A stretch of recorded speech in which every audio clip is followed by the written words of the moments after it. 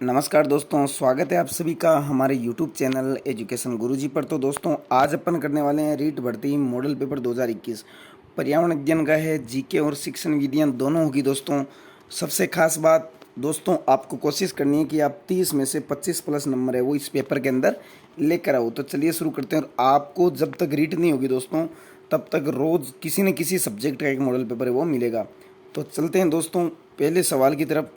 तो ये रहा आपका पहला सवाल और आपको बताना है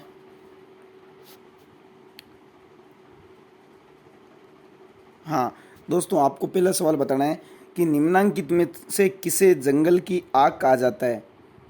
तो इसका जो सही आंसर है वो दोस्तों क्या होगा, आपको ये 10 सेकंड का आंसर बताना है। तो इसका जो सही आंसर है दोस्तों वो होगा आपके ब्यूटिया मोनोस्पर्मा। क्या होगा दोस्तों, ब्यूटिया मोनोस्पर्मा है वो इसका आंसर है वो होगा। चलिए आगे चलते हैं, ठीक है, अगले सवाल की तरफ। तो ये रहा दोस्तों अगला सवाल।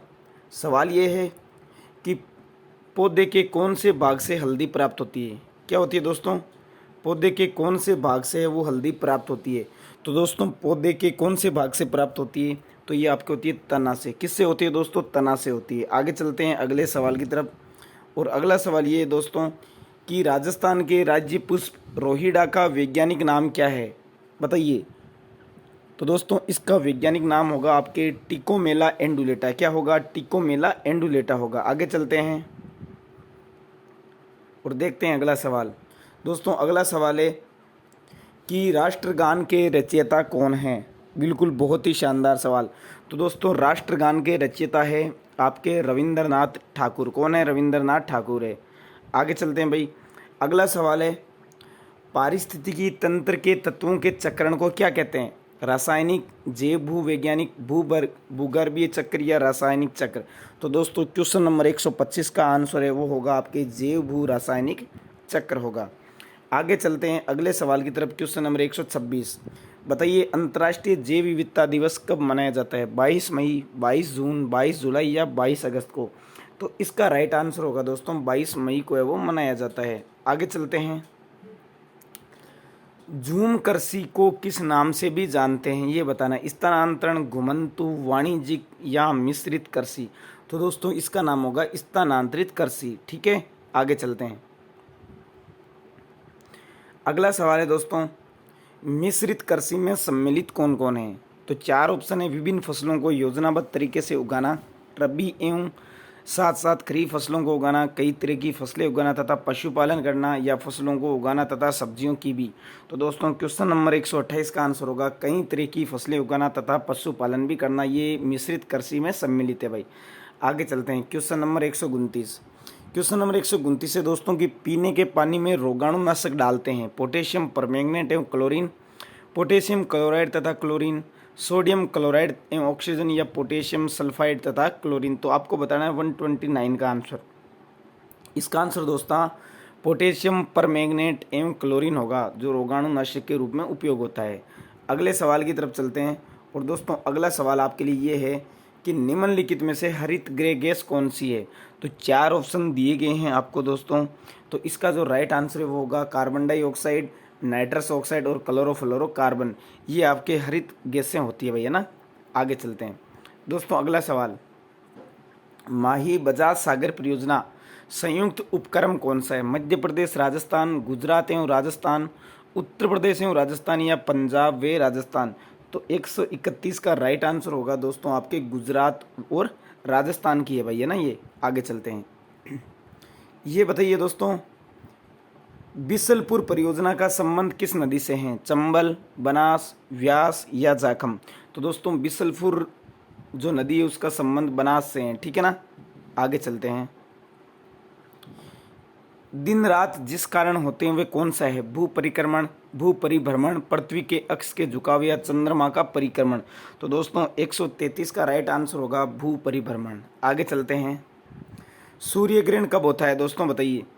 सूर्य ग्रहण कब होता है। चंद्रमा पृथ्वी एवं सूर्य के बीच में आ जाता है, सूर्य पृथ्वी एवं चंद्रमा के बीच में आ जाता है, पृथ्वी सूर्य व चंद्रमा के बीच में आ जाती है, या सूर्य चंद्रमा एवं पृथ्वी एक सीध में नहीं होते।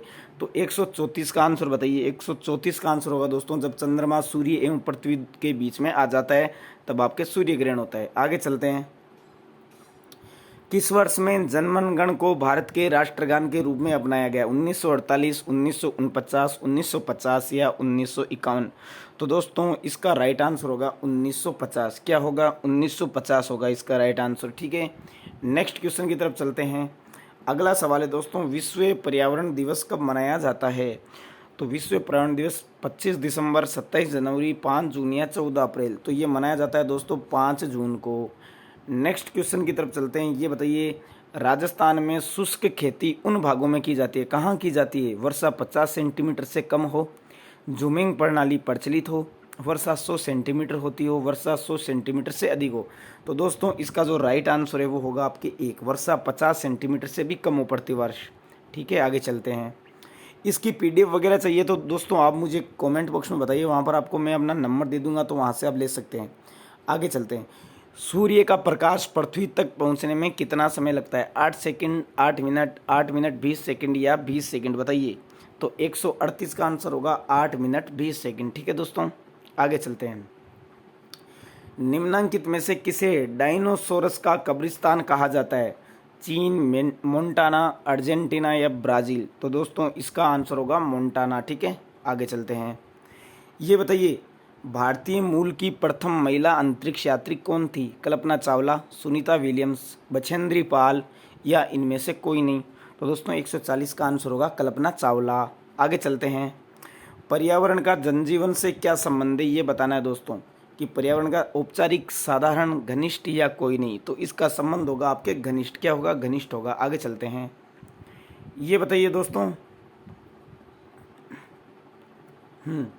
बीज अंकुरण की अवस्था को किस तरह सबसे बेहतर तरीके से बढ़ाया जा सकता है? पहला है, बीज बोने अंकुरण के विभिन्न चरणों का अवलोकन करने और उनका चित्र बनाने की गतिविधि को बच्चों को निष्पादित करने के लिए कहना, बोर्ड पर चित्र बनाते हुए अंकुरण के चरणों को प्रदर्शित करना, कक्षा में अंकुरित बीजों को दिखाना और अंकुरण की प्रक्रिया को स्पष्ट करना। इसके अलावा दोस्तों अंकुरित बीजों को फोटो दिखाना। तो आपको ये बताना। तो क्वेश्चन नंबर 142 का आंसर होगा दोस्तों एक। क्या होगा? एक होगा। आगे चलते हैं। ये रहा अगला सवाल। बताइए, भारत में सतत मूल्यांकन प्रणाली स्कूलों में लागू न होने के क्या कारण है? प्रधानाचार्यों का शिक्षा विभाग के बंदे नियमों पर चलना, योजनाबद्ध शिक्षण न होना, सरकार की शिक्षा के प्रति उदासीनता या एक व दो दोनों? तो 143 का आंसर होगा दोस्तों 4, एक व दो दोनों। आगे चलते हैं। मूल्यांकन किससे संबंधित है आपको ये बताना है। छात्र के अधिगम स्तर से, विद्यालय से, अध्यापकों से या उपरोक्त सभी से? तो इसका आंसर होगा छात्र के अधिगम स्तर से। अगला सवाल, खेल विधि का सही अर्थ बताना है दोस्तों। बालक की मनोरंजन की इच्छा की पूर्ति मात्र, बालकों को खेल की पूर्ण स्वाधीनता मात्र, या अगला है दोस्तों, बालकों की खेल प्रवृत्ति को संतुष्ट करते हुए लाभप्रद शैक्षिक परिणाम निकालना है, उपयुक्त सभी? तो 145 का राइट आंसर होगा दोस्तों ऑप्शन नंबर 3। क्या होगा? ऑप्शन नंबर 3 होगा। आगे चलते हैं दोस्तों। बताइए, पाठ योजना में शिक्षण उद्देश्य होना चाहिए स्पष्ट और वस्तुनिष्ठ, व्यक्तिनिष्ठ, अस्पष्ट या अनिश्चित? तो 146 का आंसर होगा दोस्तों आपके स्पष्ट और वस्तुनिष्ठ। आगे चलते हैं। सीखने से परिवर्तन होता है, आपको बताना है दोस्तों कैसा परिवर्तन होता है? व्यक्तित्व में, व्यवहार में, मूल प्रवृत्तियों में, यह आपके इन सभी में? तो दोस्तों इसका आंसर होगा सभी के अंदर होता है ना। आगे चलते हैं। सीखने की उपयुक्त प्रक्रिया है सरल से कठिन, कठिन से सरल, सरल या कठिन? तो 148 का आंसर होगा दोस्तों सरल से कठिन होगा। ठीक है, आगे चलते हैं भाई। पर्यावरण शिक्षा का अर्थ है पर्यावरण के बारे में जानकारी एवं कुशलता विकसित करना, पर्यावरण प्रदूषण रोकना, पर्यावरण के संकट को पहचानना या पर्यावरण तकनीकी का विकास? तो 149 का आंसर होगा पर्यावरण के बारे में अधिक जानकारी और कुशलता विकसित करना। अंतिम सवाल दोस्तों आज का। बताइए, निम्नलिखित में से कौन सा कार्य सूचना एवं संप्रेषण तकनीक से संबंधित नहीं है?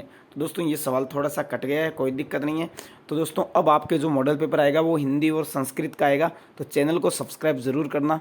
और अगर अच्छा लगा मॉडल पेपर तो कमेंट जरूर करना। पीडीएफ के लिए आप मुझे कमेंट कर सकते हैं। धन्यवाद।